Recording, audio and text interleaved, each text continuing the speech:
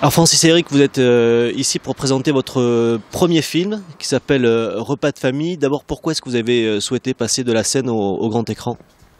Oh, parce qu'on nous l'a proposé, hein, bon, on avait envie de faire du cinéma, sinon on aurait dit non, mais c'est vrai que pour l'instant, on était tellement occupés par nos différentes actualités, scènes, télé, radio, que bon, ben, c'est très long et il y a énormément d'inertie pour faire un film, le temps de l'écrire, de le monter, de le tourner, donc voilà, on n'était jamais passé à l'action. Il y a eu des propositions à une époque et puis pour des problèmes de planning, c'était tombé à l'eau. Ça y est, cette fois-ci, c'était la bonne. Voilà, il y a des producteurs qui sont venus nous voir il y a 2-3 ans et qui nous ont proposé de monter ce film et voilà, on est passé à l'action. C'est dans l'esprit tiré d'une de vos pièces, mais la plupart du scénario est quand même original par rapport à ce que les gens ont peut-être déjà vu sur scène. Oui, c'est une histoire originale. Enfin, évidemment, le point commun, c'est que c'est deux couples, gauche-droite, qui déjeunent ensemble un dimanche à midi en se demandant qui va prendre Mamie à Noël. Ça, c'est le pitch de la pièce et du film. Après, dedans, il n'y a plus rien de la pièce. Pas parce que c'était pas bien, mais parce que c'était pas cinématographique, c'était théâtral, quoi. Donc tout a changé. On retrouve notamment Mado la niçoise dans ce film qui joue l'une de vos femmes. C'était important d'avoir cet accent sud-ouest, même si c'est pas tourné vraiment dans le sud-ouest. Oui, ben d'abord elle est niçoise, alors elle est sud-est, mais du sud, oui, c'est un film fait du sud. Après, comme nous, on est du sud, qu'elle est du sud, il fallait que la quatrième soit aussi du sud, que ça se passe dans le sud. Mais en fait, c'est universel, hein, l'histoire, elle marche partout. L'envie d'être au cinéma, c'était important pour vous d'essayer de proposer votre univers aussi sur un grand écran? Chaque fois qu'on nous a proposé, par exemple, nous au départ c'est la scène évidemment, mais après on nous a proposé de faire de la télé, d'abord sur Télé Toulouse, ensuite on nous a proposé de faire de la radio. À chaque fois c'est des supports différents et on touche les gens différemment, mais à chaque fois quand même on impose le même univers, celui des Chevaliers du Fiel.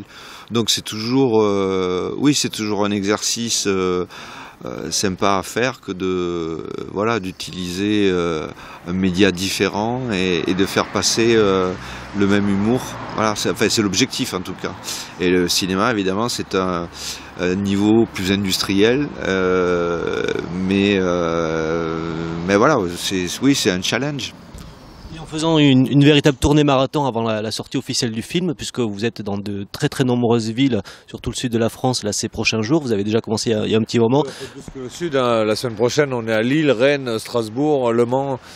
Enfin oui.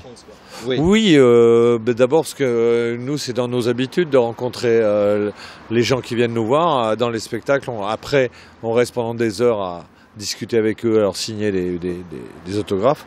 Donc ça nous a pas choqué du tout, on trouve ça même normal et en plus c'est très instructif de voir, parce qu'on se glisse dans la salle par moment et on écoute la réaction des gens et on se dit là on a eu raison de le faire comme ça, ou là on aurait pu, ou là c'est bien, en bref c'est intéressant.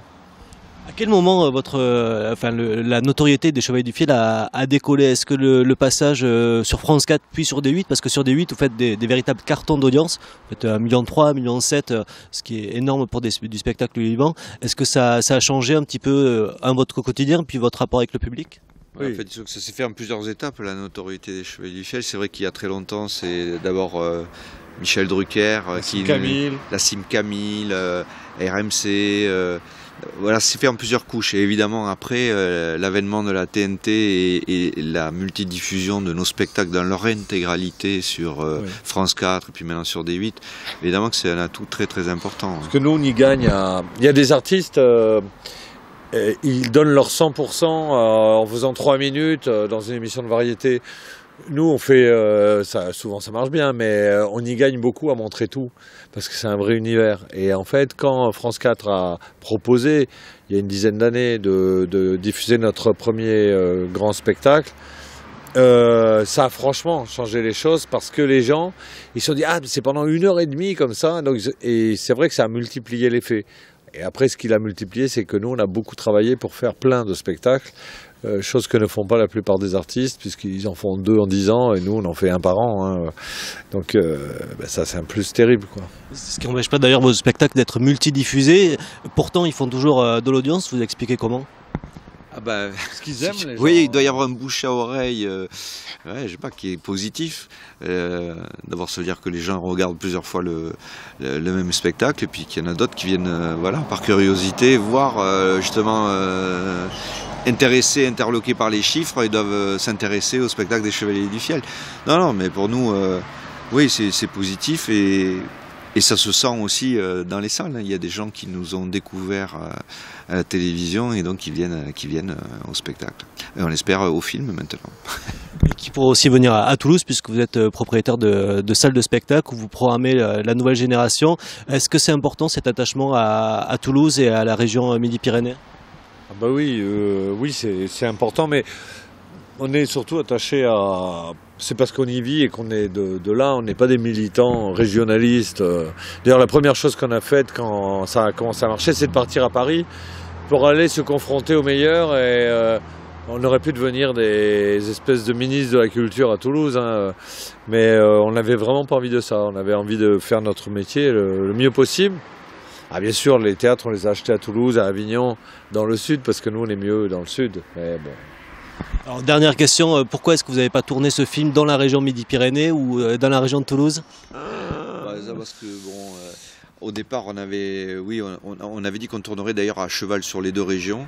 De toute façon, ça devait se faire dans le Midi. Après, bon, voilà, c'est les régions la région PACA qui a accepté de suite, sans réfléchir, de rentrer dans la production. Voilà, d'aider ce film. Donc, contrairement à la région Midi-Pyrénées dont la commission cinéma est constituée à la fois de gens bien et de gens assez hermétiques, pour qui, nous, en étant populaires, c'est vachement louche pour eux.